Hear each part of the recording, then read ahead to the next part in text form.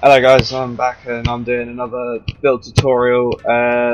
Obviously the last one I did was my level 61 Sentry Engineer. I'm back now, I'm a level 72 Legendary Engineer. This is my Legendary Engineer build tutorial. So I'm just going to talk you through this one and what it actually does, what the outcome is. The actual the actual thing that you want to aim to do with this is to make your turrets just completely OP and you just keep yourself alive using your turrets. So we'll talk about this tree first. With the class mod, the Legendary Engineer, obviously this is the one that I found currently. As you can see, it gives you the opportunity to increase the amount of damage you can, and it's all based around your turret. The fact that you get 5 Battlefront skill makes it worth investing in that point even more. You get +5 Able, which helps you with your health regen. You get +5 Sentry, +5 Resourceful, and +5 Impact. So there's honestly, it just makes the whole class mods 100 times better. I didn't actually find a better class mod than my last Legendary Engineer one. This is the next one I found. I mean, with a cooldown rate of +46% as well, you're looking to use your turrets quite a lot. So if we go into my trees now, you put your 5 into Sentry again. Obviously, standard when it comes to the turrets. The next one that we want to put into is a lot of people. There's controversy around laser sight and what it actually does. I believe laser sight actually helps. You go against a lot of quick moving opponents like racks and things like that when you're out and about. And obviously, with the way that this build works, you are susceptible to taking a lot of damage. So you want to be well prepared for any kind of enemy. Stick 5 into Willing, and that obviously helps you with the shield recharge rate and the shield recharge delay. Now, with the damage reductions that you do get from half of these things, using the B shield is an excellent counteract for that. So using Willing gives you the ability to have your shield at all times. It's an absolutely life-saving skill. We put 5 into Able, and as you know, with the +5 extra points from the Legendary class mod, you're looking at 4% of your health being regenerated every second. It's a quality skill. I've been using Onslaught. This is a new one that I've put into. I didn't actually use it before. I was a bit stupid for not actually using Onslaught. Very, very good skill, and I rate it. Anybody that is trying to do anything with their command, whatever the fuck he is, commando, you wanna make sure you're using Onslaught. I'll never ever spec a build without it now. Put 1 into Scorched Earth and 1 into Double Up. Okay, and obviously Double Up, very important skill. It slags everything, and with the more accurate turrets as well, it helps a lot. It's quicker, in my opinion. Other people might not think so, but then again, this is how my build works. Right, we'll go over to this side now. You want to put 5 into Preparation for your health there. You put 4 into Last Ditch, 5 into Pressure. Pressure working alongside Willing is extremely good. You're looking at survival there, and well, obviously that's what the skill tree is, so I'm just being a dirt lord here, but it honestly helps everything.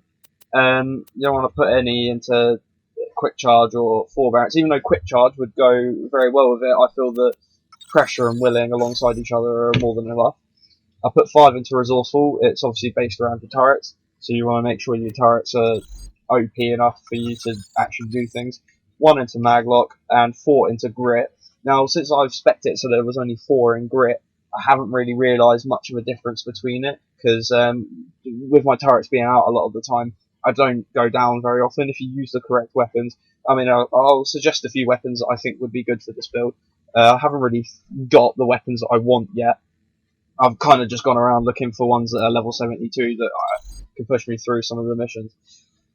And then put 1 into Gemini, and that makes your turret layout very good. Right, now this tree is the last part of it. Obviously, you want to put 5 into Impact, and obviously that's your class mod going in. That's very good. I've not really put much into Impact before, but that extra 40% of gun damage makes a lot of difference when you lose your damage percentages from the other things that you spec into, like fucking not double up, Gemini. Put 5 into Metal Storm. Metal Storm working in conjunction with Onslaught is ridiculous. If you use a high fire rate weapon, like, for example, an Infinity, you're going to do a serious amount of damage, and you're going to do it very, very, very quickly. And with no reloads on an Infinity, you could only imagine the amount of damage that you'd be capable of doing. Okay, to make the turrets the best you possibly can, 1 point goes into longbow turret, and since I've done this, I'll probably never want to spec out of this again.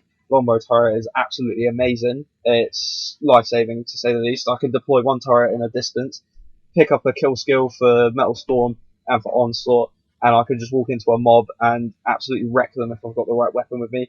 I've been using my White Death a lot, and it goes through ammo, but it's very, very good for crowd control and things like that.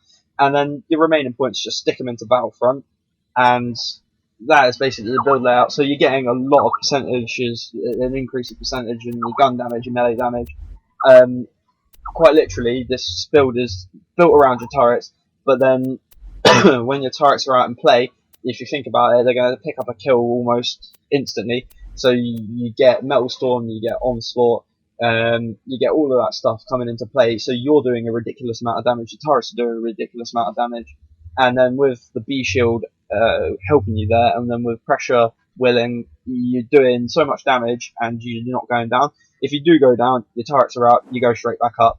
A suggestion with some of the weapons I'm using right now, I'm using the Bone of the Ancient one here, if you just want to have a look at that. That's the best one that I've managed to find.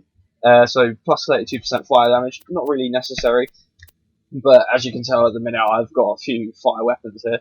And then plus it helps with the cooldown rate, so that's this cast mod, this thing, and then you got resourceful and all the other stuff that increases decreases the cooldown rate. So your turrets, when they go back out, it's only like 15 seconds or something ridiculous. I can't be bothered to work out the maths because I'm lazy.